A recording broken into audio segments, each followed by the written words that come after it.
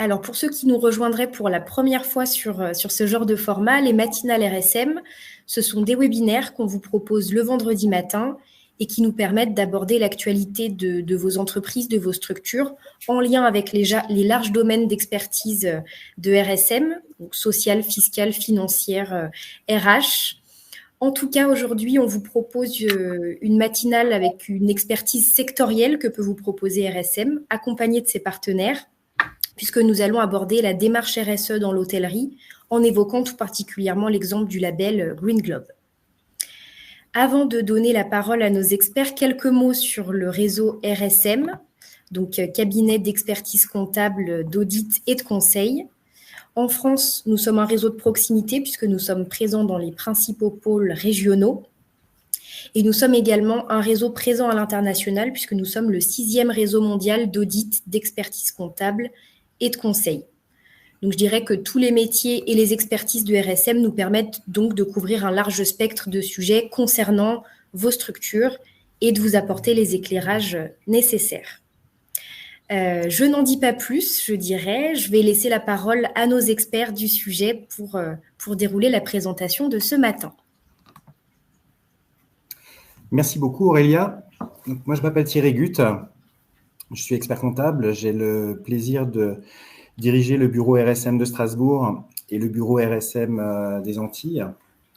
Je vais être accompagné dans cette matinale par Didier Arinaud, qui dirige le cabinet ProTourisme, qui est un leader français de l'ingénierie touristique, avec lequel nous collaborons maintenant depuis près de 20 ans sur des sujets de développement hôtelier ou des études de faisabilité. Et je vais être également accompagné de Guillaume Béraud, qui représente le certificat Green Globe en France, qui est un des labels les plus connus au niveau mondial en matière d'hôtellerie. Et avant de donner la parole à Didier et à Guillaume, je voulais partager avec vous, dans un premier lieu, les raisons qui nous ont poussés avec Didier Arinaud et avec Guillaume Béraud d'animer cette matinale sur ce thème aujourd'hui. Et alors, notre constat aujourd'hui, c'est que nos clients nous interrogent sur ces démarches en matière de RSE. Pourquoi ? Parce que beaucoup de parties prenantes aujourd'hui interrogent les hôtels sur leurs démarches en matière de durabilité.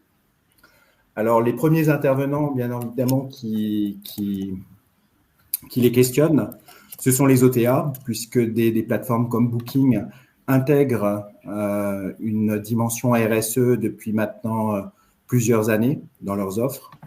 Mais ça ne se situe pas seulement au niveau de la commercialisation. Sur les ressources humaines, il est évident aujourd'hui que le secteur a une vraie difficulté en matière d'attractivité et toutes les notions de qualité de vie au travail, d'organisation du travail sont un vrai sujet aujourd'hui dans ce secteur. Tous les hôteliers aujourd'hui qui ont porté un projet de développement et qui ont déposé un permis de construire ont également été aujourd'hui questionnés de façon beaucoup plus significative sur les problématiques d'empreinte de leur projet sur leur écosystème. Bien évidemment, en matière d'énergie, en matière de coûts, en matière d'achat de matières premières, tous nos clients hôteliers ont dû faire face à des dégradations des conditions tarifaires dans leurs négociations avec leurs fournisseurs. Bref, je dirais que l'ensemble de l'écosystème aujourd'hui questionne nos hôteliers sur leur démarche de durabilité. Pour la petite histoire, il y a 15 jours, j'ai passé 2 heures avec BPI, non pas sur des chiffres, parce que ça, c'est notre métier de tous les jours, hein, de pouvoir monter des dossiers de financement pour nos clients. Mais j'ai passé 2 heures avec BPI sur un projet de développement hôtelier, encore une fois, non pas sur des chiffres, mais sur une note de durabilité. Et BPI nous dit aujourd'hui que dans leur démarche d'attribution et d'analyse de crédit, cette note de durabilité avait été expérimentée en 2023 et est aujourd'hui tout à fait intégrée dans leur processus de décision en matière d'octroi de crédit. Donc, Ce qu'on constate, c'est que ces problématiques de RSE aujourd'hui sont souvent très bien maîtrisées par les grands groupes, mais les petits groupes ou les hôteliers indépendants ont beaucoup plus de difficultés à appréhender ces problématiques. Et nos clients aujourd'hui nous interrogent sur comment aborder cette démarche RSE, sont un peu perdus dans le nombre de labels aujourd'hui qui se sont diffusés dans ce secteur et nous interrogent bien évidemment sur le sens que ça peut avoir en termes de business, ce qu'ils perçoivent avant tout, ce sont des contraintes administratives qui peuvent être liées à ces démarches RSE et sont un peu perdus sur le sens en matière de business que peuvent avoir ces démarches de durabilité pour leur établissement. Donc voilà la raison pour laquelle on a souhaité faire cette matinale. Je vais laisser la parole à Didier et puis ensuite à Guillaume qui vont nous éclairer premièrement sur leurs sentiments en matière d'enjeux de la RSE dans le tourisme et puis auprès de Guillaume qui nous donnera un éclairage sur la proposition méthodologique de Green Globe pour pouvoir aborder cette problématique de RSE. Didier, je te laisse continuer. Alors, par rapport à ces démarches sur les enjeux de la responsabilité sociale et environnementale dans l'hôtellerie, alors premièrement, il y a une grande confusion de la part des acteurs du tourisme parce qu'ils ne font pas le distinguo entre les différents labels, les différentes certifications. Ils voient aussi des grands groupes impliqués dans le domaine, mais en se disant que ça ressemble beaucoup à du greenwashing, où on vous explique qu'effectivement, ne pas utiliser votre serviette dans un hôtel, c'est pour préserver l'environnement. Et derrière, il y a le consommateur qui se dit que c'est surtout pour faire l'économie du nettoyage de la serviette. Il y a aussi, dans un pays comme le nôtre, où il y a énormément de normes, de contraintes administratives, les acteurs qui se disent que c'est une contrainte de plus. Et puis la deuxième grande illusion, c'est de croire que parce qu'on est dans une démarche de certification, de labellisation, on va avoir un afflux important de clients. Et ça, la réalité, c'est que ça n'est pas le cas. Et on voit bien que le consommateur, et chez ProTourisme, nous faisons des études plusieurs fois dans l'année où nous interrogeons les Français sur leur relation aux vacances, à la consommation de tourisme et de loisirs. Et ce que l'on constate, c'est que le consommateur, il a envie d'avoir des entreprises vertueuses, impliquées dans l'environnement, qui ont des démarches vertueuses, mais il ne veut pas payer plus cher pour cela. Donc, l'hôtelier, le propriétaire de camping, de résidence de tourisme, de village de vacances, ne pourra pas se distinguer vis-à-vis d'une clientèle parce que la clientèle, elle attend que cet effort il soit fait par l'entreprise et elle ne veut pas payer pour cela. Alors, on peut se dire, dans ce contexte, quel est l'intérêt de rentrer dans ce type de démarche?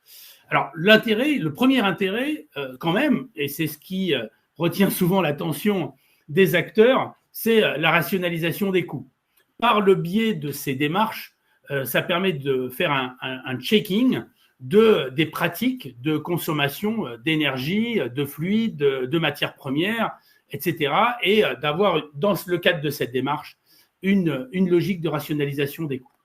Le deuxième élément, qui est un élément très important dans notre pays, c'est qu'il y a de plus en plus de salariés qui ont besoin d'entreprises qui ont un vrai projet social et l'implication et le fait d'avoir une vision de ce qu'est le métier et de son lien à l'écosystème, à l'environnement, au circuit court est quelque chose de fondamental. Et d'ailleurs, on constate que les entreprises qui sont engagées dans ces certifications, dans ces labellisations, ont moins de difficultés à recruter, arrivent à mieux fidéliser les salariés parce que ça donne du sens aux démarches.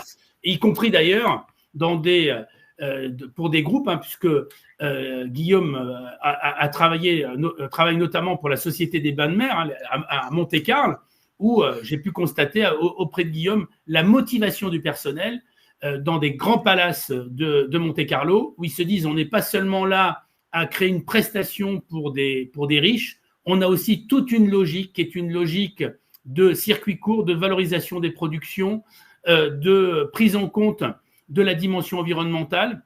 Et donc tout cela renforce la motivation des salariés. C'est aussi le cas d'opérateurs comme le Club Med, qui a besoin de ces démarches aussi pour être encore plus ancrée au sein des territoires.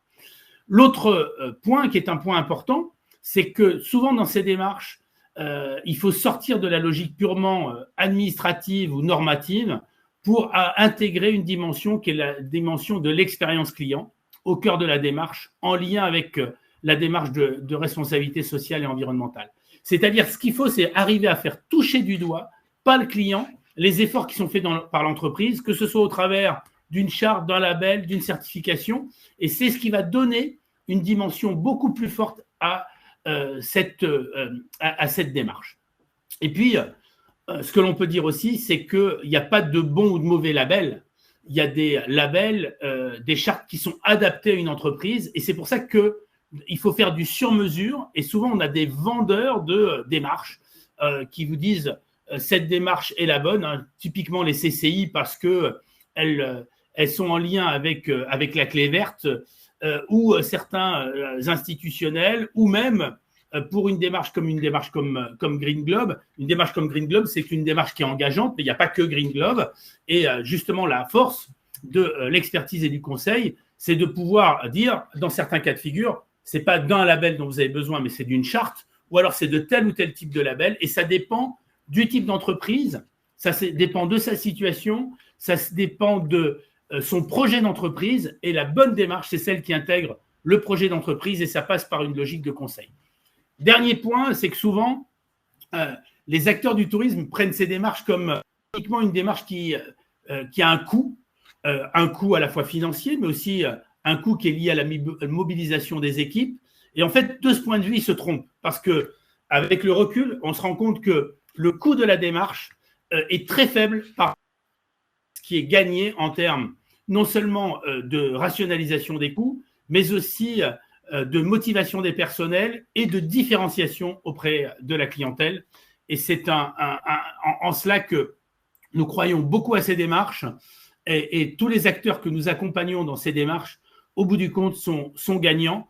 Ce qu'il faudra d'ailleurs renforcer demain, et comme l'a dit très justement Thierry, il faudra renforcer ces démarches pour une raison simple, c'est que sans un renforcement de ces démarches, il n'y aura pas de financement. On le voit déjà sur le tourisme d'affaires. Les organisateurs de congrès, de séminaires, d'incentives, notamment les grandes entreprises, demandent à ce que les acteurs qui accueillent ces séminaires soient dans des démarches de responsabilité sociale et environnementale, faute de quoi ils ne choisissent pas ces acteurs. Donc sur le MICE, c'est-à-dire le congrès, les séminaires, l'incentive, qui est un marché qui se développe, notamment sur les séminaires de motivation, les entreprises qui ne rentreront pas dans ce type de démarche demain n'auront de la part de grands groupes et même d'institutionnels. Le deuxième élément, comme l'a rappelé Thierry, c'est qu'il n'y aura pas de financement demain s'il n'y a pas la preuve de rentrer dans ce type de démarche. Et puis le troisième élément, parce que ça c'est une des caractéristiques de notre pays, c'est qu'on aime bien, pour donner des signes aux concitoyens, à nos concitoyens, en disant regardez ce que l'on fait pour l'environnement, de générer des obligations pour les acteurs. Donc ce qu'il faut arriver à faire, c'est de faire en sorte que ces obligations deviennent des opportunités pour les entreprises du secteur du tourisme. Et du coup, je me permets de rebondir sur ce qui vient d'être évoqué. Donc, pour ma part, Guillaume Béraud, moi, je travaille au sein du cabinet FTC. Alors, on est représentant de la démarche Green Globe, puisque ça fait plus de 15 ans que l'on travaille avec ce dispositif. Néanmoins, on est quand même indépendant de Green Globe. Donc, on est conscient et des atouts et des limites de ce dispositif, et on travaille avec tous les labels et toutes les certifications. Notre cœur de métier, c'est vraiment d'accompagner les hôteliers, les acteurs du tourisme pour mettre en place la démarche qui est la plus adaptée, la plus pertinente par rapport à leur structure, à leur contexte. Lorsque l'on travaille sur ces sujets RSE, en regardant, on a fait une étude il y a quelque temps, uniquement sur on retrouve rapidement déjà une centaine de dispositifs qui existent. Certains sont vraiment locaux et sont attachés à un pays ou à une région, parfois à une chaîne hôtelière, par exemple. Donc, il y a vraiment différents types de dispositifs qui vont plus ou moins loin en termes d'exigences, bien évidemment, d'accès, d'autres sont beaucoup plus exigeants. tandis que le champ des possibles, le champ des actions dans ces dispositifs peut intégrer soit uniquement la dimension environnementale, ou bien prendre en compte d'autres aspects, notamment de la RSE, sur le volet social, sur le volet économique, sur le volet patrimonial qui concerne l'activité hôtelière. Donc, d'un dispositif à un autre, il y a vraiment de vraies différences. Et c'est un peu dans ce sens-là que des experts du tourisme et du développement durable se sont réunis autour du GSTC, le Global Sustainable Tourism Council, pour définir un peu les bonnes pratiques qu'un label devrait respecter en matière de développement durable. Donc, on va vous parler ensuite plus précisément de Green Globe, qui est justement un des dispositifs reconnus par le GSTC, également reconnu par l'ADEME, qui a fait une analyse essentiellement sur des critères environnementaux. Mais donc, il y a une reconnaissance de certains de ces labels, sur la centaine, finalement, ceux qui sont vraiment reconnus au niveau national et international, ça se réduit fortement. Et après, sur les principaux labels, ceux que l'on va retrouver en France, je pense notamment donc la Clé Verte, l'écolabel européen, Green Globe ou Biorismo, ils ont tous des avantages, des inconvénients. Mais celui qui va probablement un peu plus loin en matière d'exigence, parce qu'il est plus complet, parce qu'il y a davantage de critères, parce que c'est des cibles plus précises, c'est la certification internationale Green Globe. L'écolabel européen est plus centré sur les questions environnementales et ne dépasse pas les frontières de l'Union européenne. Clé Verte est internationale, mais j'allais dire d'un premier niveau d'accès. Hop, on va revenir. Et sur la partie Biorismo, donc Biorismo est un label innovant qui intègre à la fois la RSE, plus loin sur les enjeux de biodiversité, parce que d'un point de vue environnemental, on parle beaucoup de changement climatique, de pression sur les ressources, mais il y a aussi un enjeu fondamental, la perte de la biodiversité. Et le secteur du tourisme et de l'hôtellerie ont cette particularité qui sont extrêmement dépendants de la biodiversité, que ce soit en termes d'approvisionnement de matières premières pour l'alimentation, mais aussi pour les matériaux de construction, le mobilier. Et évidemment, pour pouvoir proposer des paysages agréables, attractifs, un cadre de vie dans lequel on a envie de passer ses vacances, mais également donc un impact qui peut être positif de la part des acteurs du tourisme sur cette biodiversité, parce que en mettant en place un certain nombre de bonnes pratiques, on peut avoir un effet positif pour l'accueil d'un certain nombre que ce soit sur du végétal ou sur l'accueil d'animaux sur sa destination. Donc il y a un vrai enjeu autour de cette question de la biodiversité. On va retrouver dans Green Globe aussi certains enjeux de la biodiversité, mais c'est moins poussé que sur Biorismo. D'une manière globale, quand on garde toujours un peu ce regard externe, encore une fois, il n'y a pas de dispositif parfait. L'idée, c'est de pouvoir comprendre quels sont les enjeux propres à chaque entreprise. Donc, notre métier, c'est effectivement d'aller dans les hôtels, de voir exactement quels sont leurs enjeux en interne avec les collaborateurs, mais avec leurs fournisseurs également, avec l'interaction qu'ils peuvent avoir avec leurs fournisseurs, leurs sous-traitants.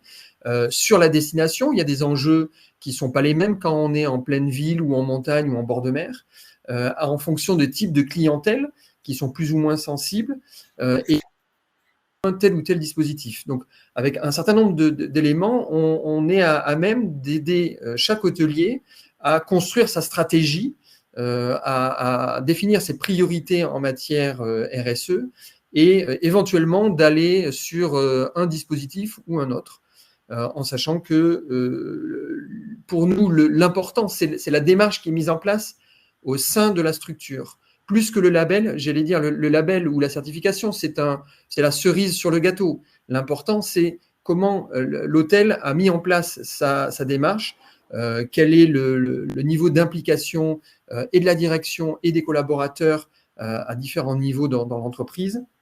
Et puis, quelle est au quotidien la mise en place des bonnes pratiques, comment est-ce que l'entreprise a structuré sa démarche avec des objectifs, une politique, avec éventuellement, et c'est préférable, un certain nombre d'indicateurs à suivre dans le temps, et puis une périodicité d'évaluation pour tirer un bilan, essayer de s'améliorer. Le but de cette démarche, c'est d'être dans une dynamique d'amélioration continue. On ne peut pas tout faire du jour au lendemain. On ne peut pas devenir un établissement hôtelier parfait d'un point de vue environnemental, si encore ça peut exister, mais d'avancer pas à pas avec les acteurs en interne, avec les parties prenantes externes, que ce soit la collectivité locale, que ce soit les fournisseurs, que ce soit des associations locales, etc. Donc, on travaille sur cette démarche et en fonction de cette démarche, en fonction des spécificités de l'établissement, on peut lui conseiller d'aller sur une labellisation, sur une certification lorsque c'est pertinent. Donc, parmi les différents dispositifs qui sont proposés, il y a notamment cette démarche internationale de certification qui s'appelle Green Globe, qui est basé, le siège de Green Globe est basé aux États-Unis, mais c'est une certification qui est vraiment internationale. C'est le même dispositif qui sera applicable aux États-Unis, en France, au Botswana, ou à Madagascar. Ce sont les mêmes critères pour un établissement hôtelier. La démarche que l'on va faire avec l'hôtelier, c'est la première étape, c'est de rentrer dans le dispositif Green Globe, en adhérant à cette certification, ce qui permet d'accéder au référentiel complet des 385 indicateurs de la certification Green Globe, d'avoir accès à la plateforme en ligne. Comme ça, l'établissement peut commencer sa démarche et commencer à valoriser les efforts qui ont été entrepris au sein de son établissement. La deuxième étape, qui est facultative, c'est pour certains établissements hôteliers, lorsqu'ils ont le besoin, ils peuvent se faire accompagner. Donc, il y a la possibilité d'avoir un accompagnant qui aide l'hôtelier à formuler les bonnes réponses par rapport aux exigences du label.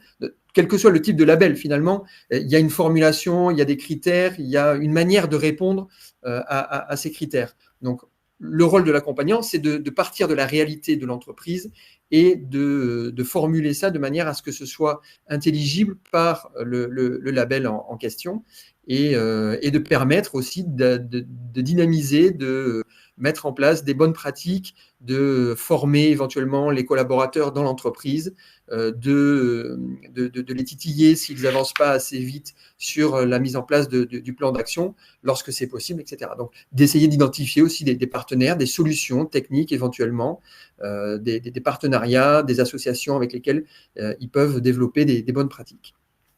Ça, c'est la deuxième étape, la mise en œuvre et l'accompagnement.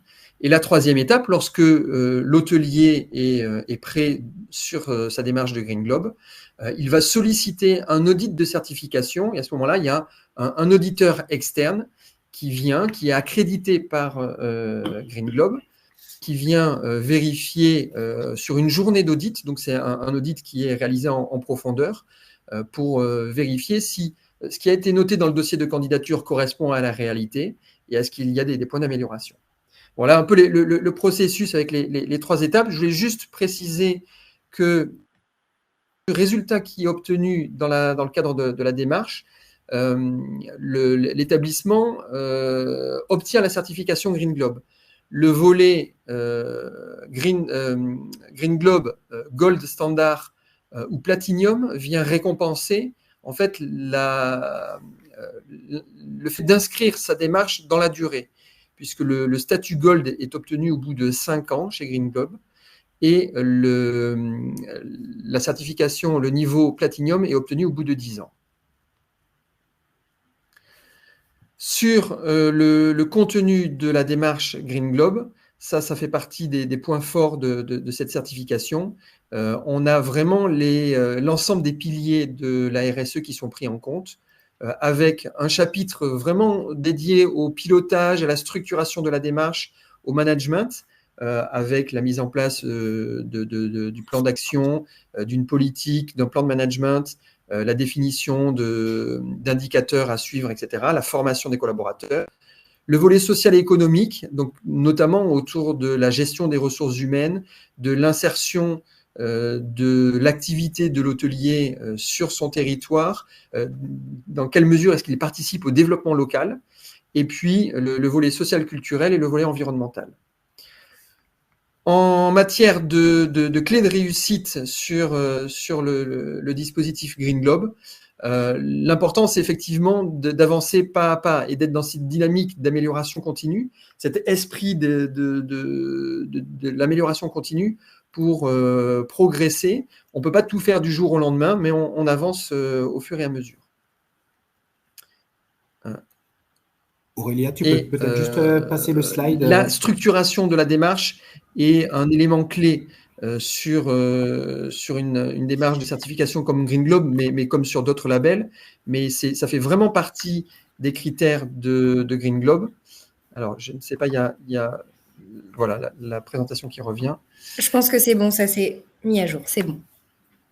Et donc, la structuration de cette démarche-là, elle est facilitée dans le cadre de Green Globe, puisque comme on l'a vu, il y a un chapitre vraiment dédié à ce point-là, mais avec une exigence d'implication de chaque collaborateur, chacun à son niveau, mais la direction, les chefs de service, les employés sont amenés à apporter différentes contributions, que ce soit très techniques, organisationnelles.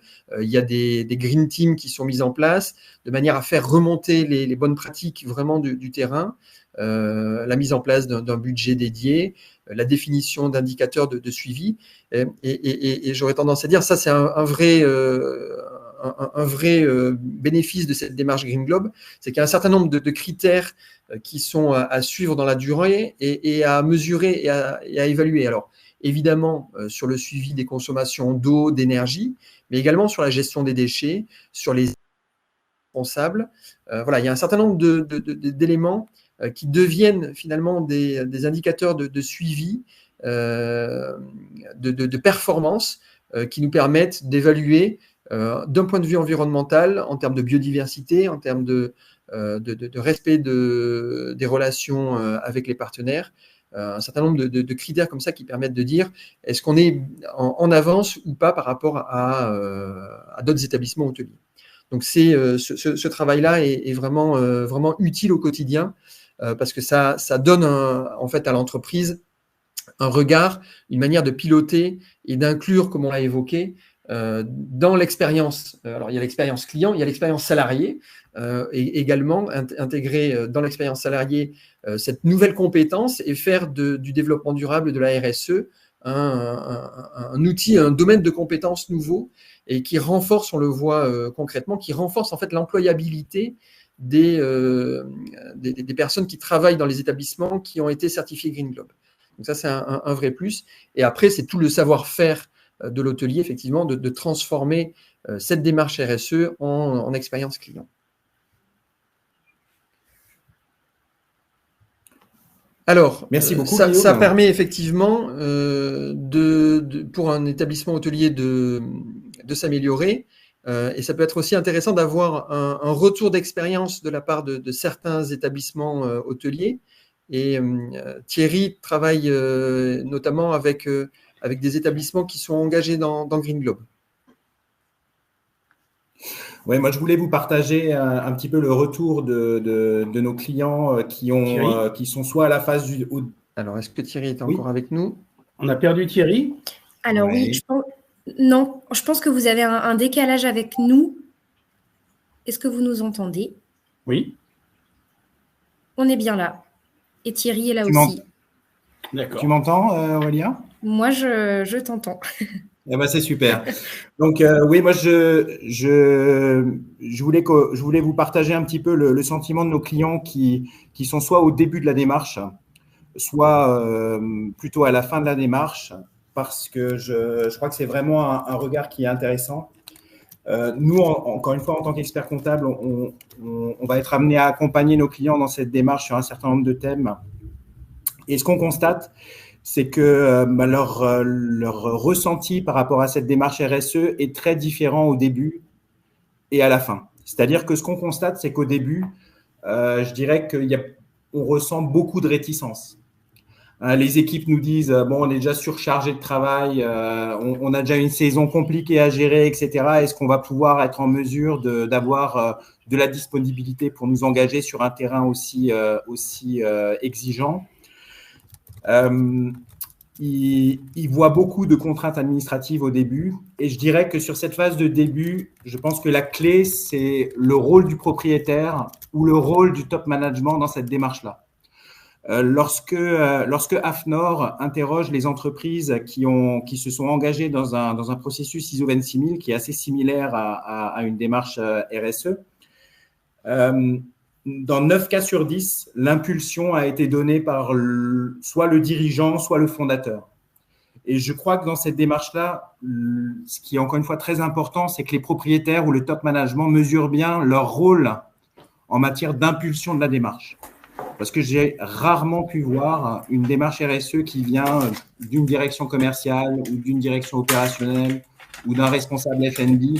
Encore une fois, dans un hôtel, souvent, la première réaction, c'est de se dire « Waouh, c'est quand même une démarche extrêmement exigeante, on va avoir du mal à la gérer, on n'a pas forcément très envie de nous engager là-dedans. » Et c'est là où, à mon sens, le rôle du propriétaire ou du top management est vraiment très important pour pouvoir impulser et expliquer la démarche. Après, quand on se situe pendant la démarche, et effectivement, on est en plein avec Guillaume dans un établissement qui est dedans, les équipes deviennent tout à coup beaucoup plus rassurées parce qu'elles voient, on va dire, un cadre méthodologique qui est apporté par la labellisation. Et ce cadre méthodologique, encore une fois, il est très réconfortant parce qu'il permet de baliser l'intégralité du chemin. Il est totalement digitalisé, donc c'est d'une utilisation plutôt facile et on peut facilement utiliser ces outils sur un travail de groupe. Et ce que nous disent les équipes qui travaillent dessus dans les établissements, c'est qu'en revanche, c'est effectivement beaucoup de travail en matière de formalisation et beaucoup de travail collaboratif parce que c'est une démarche très transversale. C'est-à-dire que ça va à la fois toucher le département F&B, la maintenance, la réception, la commercialisation, l'activity desk, etc. Et donc, c'est une démarche qui est encore une fois très intense, très exigeante et très transversale. Ça, c'est vrai. Mais encore une fois, par contre, les équipes sont très rassurées par le guide méthodologique qui est apporté par le label ou par la labellisation. Et si on se situe à la fin, et je dirais qu'à la fin, on arrive vraiment à une embellie et le ressenti est encore beaucoup plus positif, c'est que les établissements, numéro 1, constatent, comme l'a très bien dit Didier, que la démarche a pu apporter quelque chose à l'expérience client. Et ça, c'est vraiment un élément fondamental. Et on a décidé avec Guillaume de vous partager quelques pépites en la matière là tout à l'heure. Ça, je pense que c'est vraiment l'élément très, très vertueux de la démarche. Et là où les hôteliers sont très sensibles, c'est qu'effectivement, quelque part, ils transforment leur expérience client. Et ça, c'est très, très positif. Le deuxième élément très positif qu'ils nous livrent, c'est que, bien évidemment, c'est un objectif qui est tellement légitime aujourd'hui. Et ça permet, encore une fois, d'embarquer l'intégralité du personnel vers un objectif vertueux, légitime. Et en termes de management, ça a un vrai impact sur les équipes au sein de l'établissement. Un troisième élément qui est souvent qui n'est pas du tout identifié au départ, c'est que les établissements, ils voient également un gain politique pour ceux qui ont un écosystème qui ont un établissement à côté d'une réserve naturelle ou qui sont amenés à avoir des échanges avec des associations de protection avec la nature, etc., ou qui sont sur des territoires ultramarins. Là encore, je pense que c'est une démarche qui a une vertu politique qui est pas facile à identifier au départ, mais lorsqu'on prend contact avec une réserve naturelle ou avec un territoire dans le cadre d'une labellisation RSE, on n'est pas, on va dire, dans un échange classique entre on va dire un hôtelier capitaliste et une entité, on va dire, qui a une vocation environnementale ou une collectivité.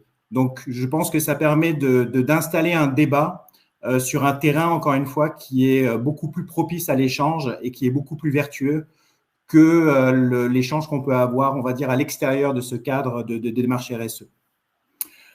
Voilà. Et je dirais qu'à la fin, je rejoins Didier sur le fait que le gain en termes de business est, on va dire, est pas spectaculaire. Mais en revanche, je dirais qu'il est quand même très mesurable directement et indirectement. Directement sur le segment incentive, je pense qu'il n'y a pas de sujet.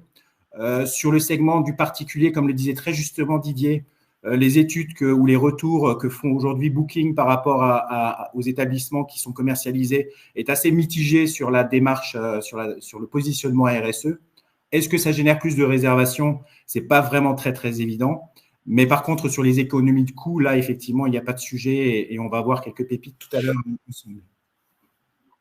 Donc voilà, pour résumer, si vous voulez, le feedback des clients, je dirais que ça, à la fin, ils considèrent la démarche comme étant presque un catalyseur d'innovation. Et je pense que ce volet d'innovation, il doit vraiment être au centre de la démarche RSE, que ce soit dans une labellisation Green Globe ou une autre démarche ou un autre label. Je pense qu'il faut vraiment se dire que c'est l'opportunité de pouvoir apporter de l'innovation dans l'établissement. Est-ce que, Aurélia, tu peux passer juste au slide suivant? Oui, alors attends. Alors, qu'est-ce qu'on peut faire, nous, en tant qu'expert comptable par rapport à cette démarche? En quoi on peut aider à la mettre en œuvre? Je pense que notre premier job par rapport à ça, c'est un job de sensibilisation en amont et d'aider l'établissement à franchir le pas. C'est-à-dire que, encore une fois, par rapport à cette réticence dont je vous parlais tout à l'heure, je pense que notre premier job, c'est de rassurer et d'aider l'établissement à se dire « Ok, on va y aller », en donnant peut-être de la visibilité sur les labels, en rassurant ces établissements sur le gain méthodologique qu'ils vont pouvoir avoir en s'inscrivant dans tel ou tel label. Et à les sensibiliser, comme disait Didier tout à l'heure, c'est aujourd'hui une thématique qui est incontournable pour la pérennité des établissements dans le futur. Que ce soit en termes d'attractivité du personnel, que ce soit en termes de financement, que ce soit en termes de positionnement marketing, c'est forcément un élément qui est important. Et donc, je pense que notre premier job, c'est de rassurer l'entreprise et de la sensibilité pour l'aider à franchir le pas. Ensuite, en matière d'assistance, on va avoir une gamme assez large. On va pouvoir intervenir sur des éléments juridiques, que ce soit des chartes éthiques ou des contrats ou des procédures. En matière de gestion, évidemment, l'entreprise ou l'établissement hôtelier va déterminer un certain nombre d'indicateurs dans sa démarche RSE qu'il va falloir piloter, qu'il va falloir évaluer, pour lequel il va falloir mettre en place des procédures. L'entreprise va être amenée à déposer des dossiers d'investissement, de financement sur un certain nombre d'équipements structurants. Là encore, on va être force de proposition sur un certain nombre de montages. En matière de ressources humaines, dans la démarche, on va bien entendu parler de partage de la valeur, de réorganisation du travail, d'accords d'entreprise. Là encore, on peut être, en tant qu'expert comptable, force de proposition par rapport à ces thématiques. Et puis ensuite, les rapports de durabilité qui concernent des entités qui sont, on va dire, déjà plus importantes, éventuellement les bilans carbone, tout ce qui tourne autour des raisons d'être et des sociétés à mission pour les établissements qui ont cet ADN.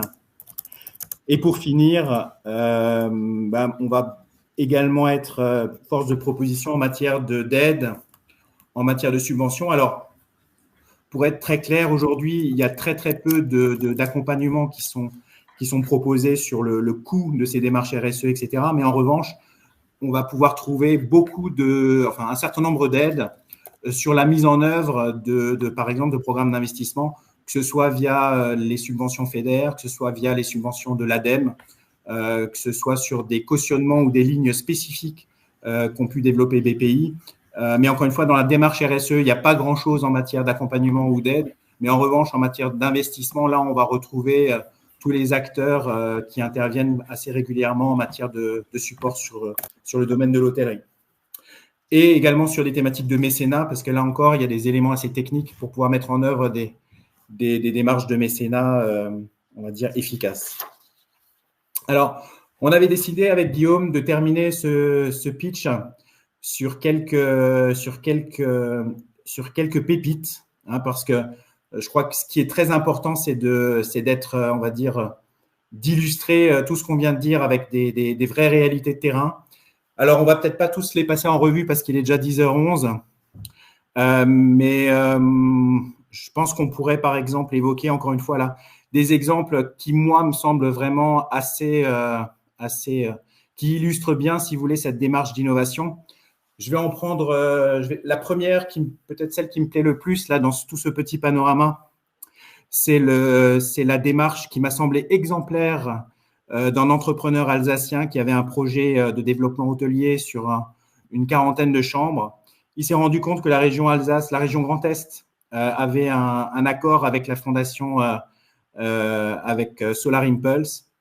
Et donc, il s'est dit, tiens, je vais me rapprocher de Solar Impulse et je vais leur proposer de faire une convention avec eux pour intégrer toutes les innovations qui sont inventoriées par Solar Impulse et de voir en fait en quoi je vais pouvoir les utiliser dans mon projet hôtelier. Encore une fois, Solar Impulse fait un inventaire de toutes les solutions un peu émergentes en matière de durabilité. Et là, le porteur de projet a proposé donc à Solar Impulse d'utiliser ces innovations dans son programme d'investissement, dès la construction, en identifiant dans l'inventaire qui est réalisé par Solar Impulse toutes les solutions qu'il pouvait mettre en œuvre dans son projet hôtelier. Et ça, encore une fois, ça me paraît être un exemple type d'innovation qu'on peut mettre vraiment au cœur en fait, d'une démarche RSE pour un hôtel. Un deuxième exemple qui me paraît assez intéressant également, c'est l'exemple d'un client qui n'avait pas d'équipement en matière de salle de réunion, qui voulait développer son segment incentive et qui, au lieu de construire une salle de réunion classique, s'est dit pourquoi pas combiner ça avec un refuge anticyclonique. On est bien évidemment sur un territoire ultramarin.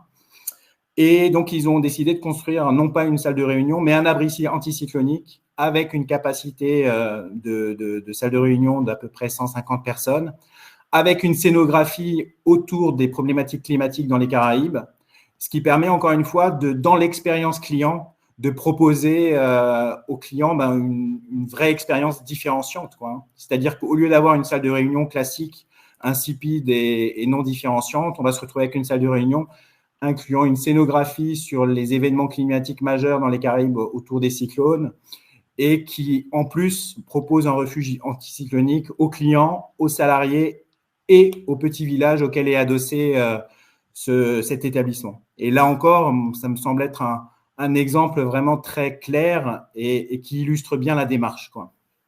Guillaume, si tu voulais peut-être terminer avec un ou deux exemples de ton côté. Oui, juste… peut-être rapidement, car il est 10h14 oui. Et on a deux petites questions, mais allez-y Guillaume, je vous en prie. C'était juste pour effectivement, je repense, c'est l'hôtel, le Cap Eden Rock sur le Cap d'Antibes, qui est donc au bord de la mer, a échangé avec ses collaborateurs, et certains travaillaient ou étaient membres d'une association de protection de la nature en faveur des tortues, et a émergé l'idée de proposer en fait à leurs clients une peluche en forme de tortue. Donc c'est une peluche qui a été vraiment faite sur mesure, production française, européenne, validée par les experts parce que les écailles de la tortue sont vraiment spécifiques à la tortue kawan qui est protégée. Et en fait, cette tortue peluche est proposée à l'adoption la veille du départ des clients, avec une petite boîte qui explique le principe. Les clients donnent la somme qu'ils souhaitent pour adopter cette peluche, et la somme est reversée intégralement à l'association qui favorise la préservation de ces tortues en Méditerranée. Donc il y a vraiment un cercle et vertueux et local et en faveur de la biodiversité. Donc c'est une belle action aussi qui est vraiment intéressante. Aurélia, on avait 2 questions.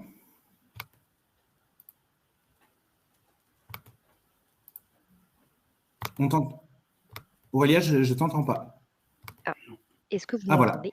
Okay. Oui, absolument. Pardon, excusez-moi. Je disais tout d'abord, désolé pour le petit problème technique avec le passage de slide, c'est les aléas du direct. Notre présentation sera disponible en téléchargement et en replay. Et effectivement, on avait quelques petites questions. Une question tout d'abord de Stéphanie. Je crois que vous l'avez un petit peu abordée, mais qui nous demandait, quand vous dites label reconnu, qu'entendez-vous par là? Alors, très, très bonne question. Label reconnu, ça dépend par qui. Au niveau de l'Union européenne, par exemple, l'Union européenne ayant créé elle-même un label qui s'appelle l'écolabel européen, l'Union européenne ne reconnaît que ce label. En France, il n'y a pas de label reconnu par l'État spécifiquement sur ces dispositifs-là pour l'hôtellerie. C'est parce que l'État français s'appuie sur l'écolabel européen, mais à un niveau international, Green Globe a été reconnu par le GSTC et reconnu par un certain nombre de pays aussi directement comme étant un dispositif et complet et performant et voilà, qui intègre l'ensemble des thématiques de la RSE. Donc voilà, tout dépend de qui donne cet aval. Oui, alors ce que l'on peut dire aussi, c'est qu'en fait, il n'y a pas de labels ou très peu de labels qui sont véritablement reconnus par le consommateur. Et ça, c'est quand même au final un point important. Le client, d'où l'importance de raconter l'histoire de l'établissement, que ce soit au travers d'un label, d'une certification ou d'une charte. C'est-à-dire croire qu'on va dire, tiens, il y a tel label qui est reconnu, donc on va prendre ce label. En fait, ça ne fonctionne pas. Si on est au niveau international, le label le plus connu, c'est Green Globe, le plus exigeant. C'est pour ça que certaines grandes entreprises se sont tournées vers ce label. Mais il y a aussi des entreprises qui fonctionnent extrêmement bien, qui sont très pointues en matière de développement durable et qui n'ont pas de label en tant que tel, mais ont une charte, un engagement extrêmement fort et ça fonctionne aussi très bien. Donc, du coup, je pense que la vraie dimension, c'est d'intégrer une démarche qui permette à l'entreprise d'être beaucoup plus performante sur l'ensemble de ces sujets. Et d'ailleurs, on retrouve très souvent les entreprises qui rentrent dans ces dispositifs, au bout de quelques années, ont non seulement un impact moindre sur l'environnement. Guillaume parlait de la biodiversité, mais la biodiversité au sens large, c'est aussi favoriser les circuits courts, c'est avoir aussi intégré, et ça fait partie de l'expérience client qui le demande quand ils viennent sur un territoire, parce qu'on parlait de l'hôtellerie, mais il n'y a pas que l'hôtellerie, il y a l'hôtellerie de plein air, il y a les résidences de tourisme, il y a les villages de vacances, des efforts qui sont faits pour permettre aux clients de mieux découvrir le territoire, ses savoir-faire, ses patrimoines.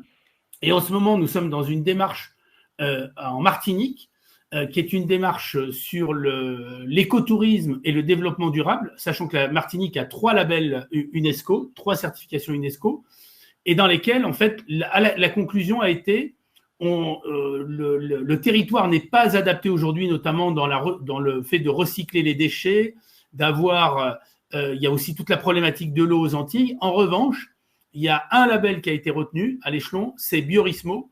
Pour une raison simple, c'est que Biorismo est beaucoup plus adapté au territoire, car l'idée, c'est 1, préservation, valorisation de la biodiversité, et 2, c'est ancrage dans la culture locale, et notamment valorisation de la culture créole, des savoir-faire, de la langue, des patrimoines.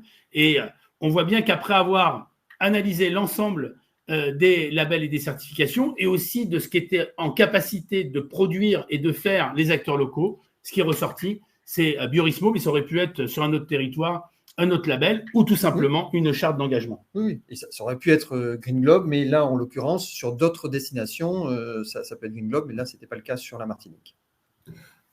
Aurélia, tu avais une autre question? Tout à fait, merci, merci tout d'abord pour ces réponses. Effectivement, on avait Jean-Christophe qui nous demandait les coûts que vous avez pu indiquer au fil de la présentation, incluent-ils les travaux de l'équipe RSM? Guillaume, tu peux peut-être aller sur le slide sur le budget. Alors, c'était quel… C'était, je pense, les quatre labels avec les prix, etc., etc. Alors, ce qui était sur le slide, c'était les tarifs en fait qui sont indiqués par Guillaume sur les labellisations. Ce sont les tarifs qui correspondent aux accréditations, c'est-à-dire les visites de contrôle, etc. Après, sur le budget d'accompagnement, tout dépend encore une fois de l'étendue de l'accompagnement qu'on est amené à réaliser. Pour donner un exemple, on va dire un peu pragmatique et opérationnel, l'hôtel qu'on accompagne aujourd'hui, c'est un hôtel qui est en pleine certification, en plein accompagnement. C'est un hôtel d'une centaine de chambres qui réalise à peu près 5 millions d'euros de chiffre d'affaires. Le budget d'accompagnement de notre côté en amont est de l'ordre de 10 000, 12 000 euros, et le budget de Guillaume en matière de certification est de l'ordre de mémoire de 3 ou 4 000 euros, quoi. Donc voilà, donc pour répondre à la question de façon pragmatique, le ticket sur cet établissement est de l'ordre de 15 000 tout inclus, incluant notre intervention auprès d'eux. Mais encore une fois, je pense que le budget d'honoraires correspondant à l'accompagnement, tout dépend complètement du type d'accompagnement. Soit on va accompagner sur un certain nombre de thématiques très précises que j'avais évoquées tout à l'heure, soit on peut totalement externaliser la démarche et prendre en charge la démarche, et on est sur des budgets qui peuvent être totalement différents. Et évidemment, si il y a des travaux qui sont nécessaires, c'est pas intégré dans… Chaque cas est particulier, c'est pas intégré là-dedans, c'est un chiffrage à faire propre à chaque établissement. Mais je dirais que le gros travail, on va dire, le gros travail de fond, alors il y a un travail de réflexion, etc., mais le gros travail, on va dire, ingrat là-dedans, c'est le travail de formalisation. C'est ingrat, mais une fois que c'est fait, une fois que cette base-là, que la formalisation, elle est structurée, après, c'est quelque chose qui roule. Donc, j'allais dire, c'est la première année sur la mise en place où c'est voilà, un peu plus ingrat. Mais après, ça roule. Voilà, Aurélia. Eh ben, on n'a pas d'autres questions pour l'instant. Donc, je pense qu'on arrive au terme de cette matinale. Merci beaucoup à tous les trois pour vos éclairages et pour cette présentation qui était très claire.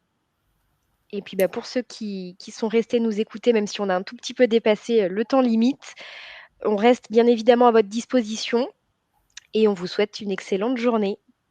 Mille merci à tous. Merci beaucoup. À très vite. Au revoir.